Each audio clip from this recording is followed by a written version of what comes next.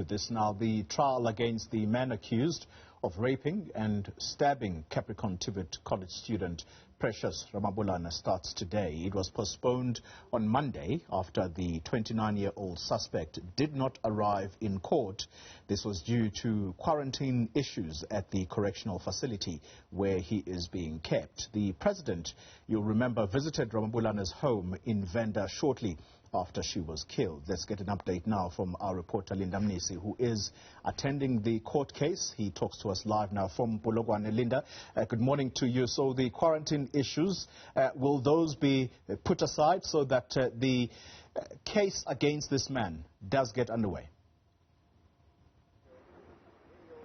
Absolutely, Oli. That's what we're hoping for this morning. In fact, I'm spotting the NPA's Mashudu, who'll give us a sense perhaps if today will, of course, be the day when Aubrey Manaka appears. So let's get a sense from Mashudu. Mashudu, thank you so much for your time. We saw this case being postponed on Monday due to the fact that there were quarantine issues at the Mudimole prison. Do we know for sure today if Aubrey will be in court and start his trial? Yes, today Aubrey Manaka is going to appear to start with the trial. As the state were already ready to proceed with this matter. And how confident are you that you'll get a conviction here? We're hearing of, two cases that you'll be running concurrently here, that of Precious Ramabulana, as well as that of a 4-year-old who was allegedly raped by Aubrey Manaka in 2014. As the state, we are ready to proceed with this matter. We've already completed our investigations. We hope for the best and we hope to give the justice to the family of Precious Ramabulana. All right, there you have it. That's Mashudu from the NPA here in Limpopo, giving us a sense then of what the state's position is in terms of this case. You would have heard I did make mention of a 2014 case where he had been accused of raping a 4-year-old. Now, we understand that in that particular case, the investigating officer failed to complete the case, and that's why it did not even make it to court. So he's since been dismissed, and a new investigating officer was appointed to that case, and that is why we're seeing it today running concurrently with the case of Precious Ramabulana. But of course, this issue raised a number of issues around student safety, as you would understand that at the Capricorn TVET College, many of the students live on outside races because it does not have a hostel.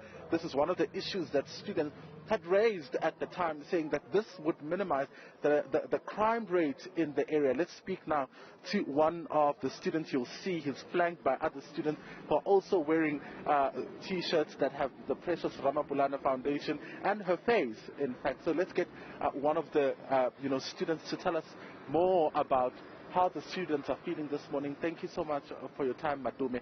I mean, it's been a long time coming. This thing happened in 2019. I visited your campus, the Ramahopa campus, yesterday, and I noticed that there's still no plan, to have a rest inside the premises. Many of the students are still based outside. How are you feeling this morning? We are still very sad. What we want is justice. It's been 2 years already. Nothing is coming up.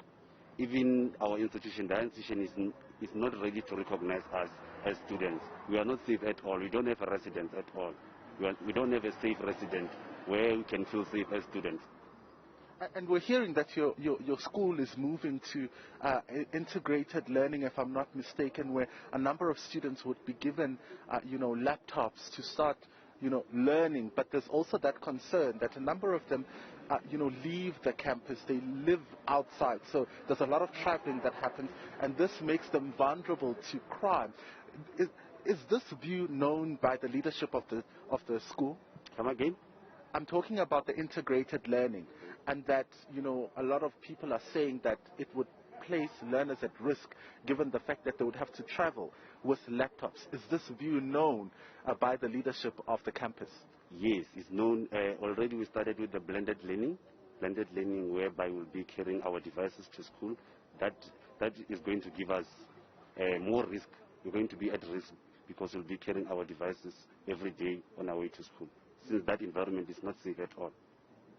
And how are you feeling this morning? I mean, you've indicated that there there are safety issues. Talk to us about, the interactions that you've had with the owners of these student accommodation. Have you had conversations with them around the issues of safety and how they can be taken seriously? Ever since this incident happened 2 years ago, that was in 2019, we tried to engage with them together with the Mushate offices.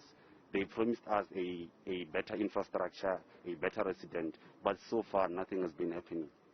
All right, there you have it. Well, that's one of the students at the Capricorn TVET College giving us an indication of how students are feeling this morning. We had a conversation, in fact, yesterday with one of the student leaders, the SRC president, and what he indicated to us is that the students are really asking for Aubrey Manaka to plead guilty. So they're saying he needs to save everybody the time and plead guilty. But of course, there's also those issues around student safety. We had an opportunity to visit Precious Ramabulana's tenant yesterday, who says since the incident happened, she's never allowed any student to live in her premises. She says she lives alone, and because it was a business, she's 79 years old and is unable really to now take in the students, which means the financial gain that she got from the students renting out her property is gone, and she now lives off of her grant. So which gives you an indication of how much this alleged crime has caused pain and loss to not only Precious Ramabulana's family, but also those around her. All right, Linda Mnisi, thank you very much for that update, given the story of the 4-year-old that you've also spoken about. Let's hope justice will be served.